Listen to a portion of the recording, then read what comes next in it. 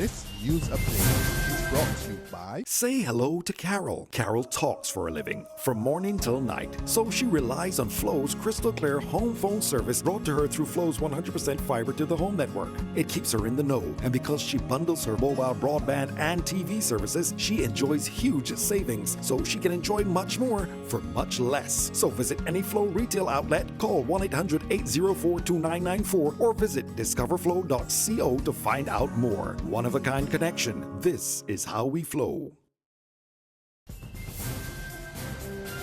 It's Monday, September 12th, and time for your Barbados Day afternoon update. Thanks for joining us. I'm Kamara Jordan. Well, it's the first day of the new school term, and from every report, it's been smooth sailing.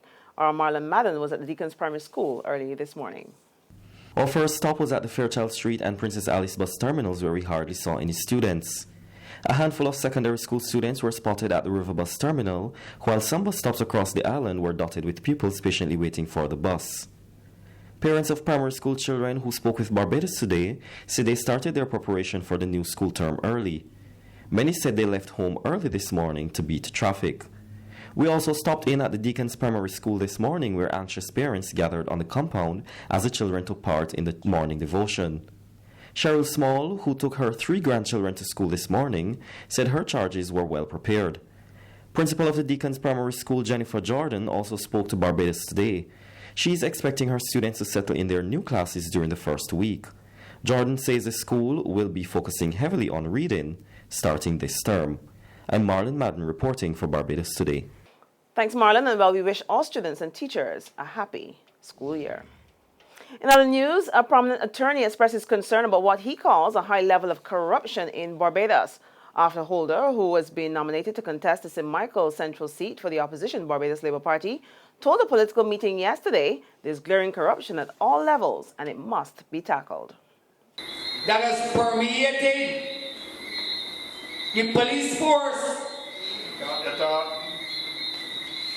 and they would pick up certain people and drive a charge in them in a hurry.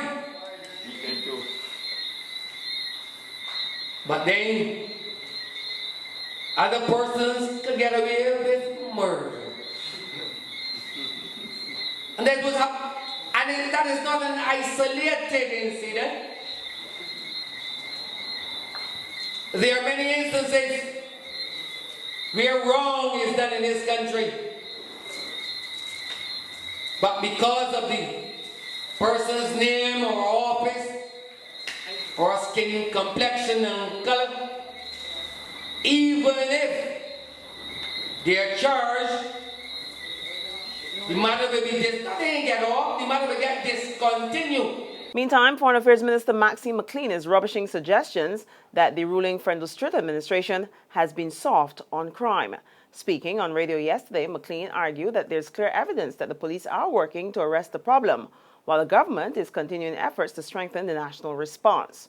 She's blaming the recent spate of gun crimes on those involved in the illegal drugs trade, and she says it's an issue that needs urgent attention. People are using social media, they're making comments, and these things are circulated. People are using weapons to settle what I would call disputes in the area of drug dealing. Now, if that is the case, you have to ask yourself, why is it that, and particularly young men, because they're the ones who receive losing their lives, getting injured, and being charged with crimes, why is it that our young men are attracted to engagement in this? And I don't think it is only poverty. Clearly something is happening. One of it, what we have is a symptom. There's action. The police have been apprehended. How many people have been apprehended and charged with murder in the last year? How many unsolved murders have there been? Those are the kinds of things that would indicate that something is happening.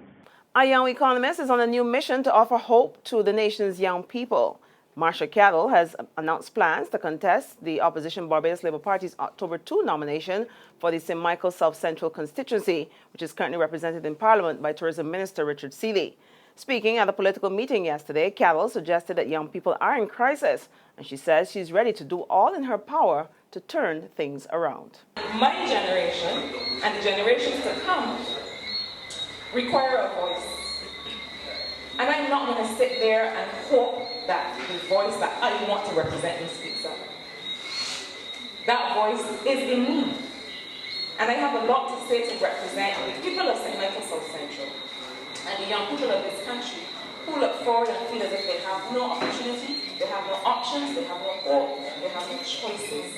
There's regional and international news after this short break. Secure your future, be financially strong. Since 1983, we have been there for you. A smart range of products, great tax benefits. We're the solution to your hopes and your dreams. The Barbados Workers Union Cooperative Credit Union. The Barbados Workers Union Cooperative Credit Union. Humble beginnings to smart loans, smart savings. Save smart and borrow smarter, that's the move for me.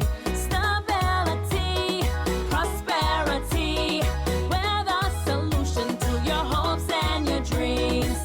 The Barbados Workers Union Cooperative Credit Union. The Barbados Workers Union Cooperative Credit Union. To the region now, Trinidad and Tobago's Prime Minister Keith Rowley has rolled out a multi-million-dollar upgrade to boost intelligence gathering. He made the announcement during an address to the nation last night. The government will sustain its resourcing of the police and other security agencies to allow them to better engage in crime prevention and detection.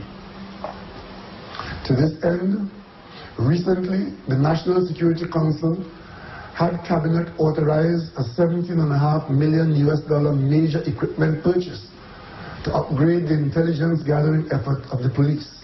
The Prime Minister said the country has spent $25 billion on national security in the last 5 years, and it's not unreasonable that we request we reap the rewards of the investments and hold the police responsible for their actions. Further afield, in Britain, former Prime Minister David Cameron is calling it a day in politics. Today, he announced that he will step down as the MP for Oxfordshire seat of Witney. Speaking in his constituency, Cameron said it was a great honor to represent the area since 2001. But he explained that it's difficult to remain on the backbenches without becoming a distraction for the new Prime Minister, Theresa May. Look, I thought about this long and hard over the summer, and I've decided the right thing to do is to stand down as the Member of Parliament for Witney. There'll be a by-election. I'll give the Conservative candidate my full support. But in my view, with modern politics, with the circumstances of my resignation, it isn't really possible to be a proper backbench MP as a former Prime Minister. I think everything you do will become a big distraction and a big diversion from what the government needs to do for our country. And I support Theresa May. I think she's got off to a great start. I think she can be a strong Prime Minister for our country, and I don't want to be that distraction. I want Witney to have a new MP who can play a full part in parliamentary and political life without being a distraction. Well, that's news and sports at this hour, but for more you can log on to www.barbadostoday.bb. You can also subscribe to our e-paper, our email updates, or you can like us on Facebook. And of course, if you're moving around Barbados today, you can check us out on Izumi Media and bus terminals, or Screenplay at a supermarket or a gas station near you. We're also on Channel 99, that's Flow TV, and Mix 96.9 FM. I'm Kamar Jordan. Have a fabulous afternoon, and be sure to join us back later on today for our next update.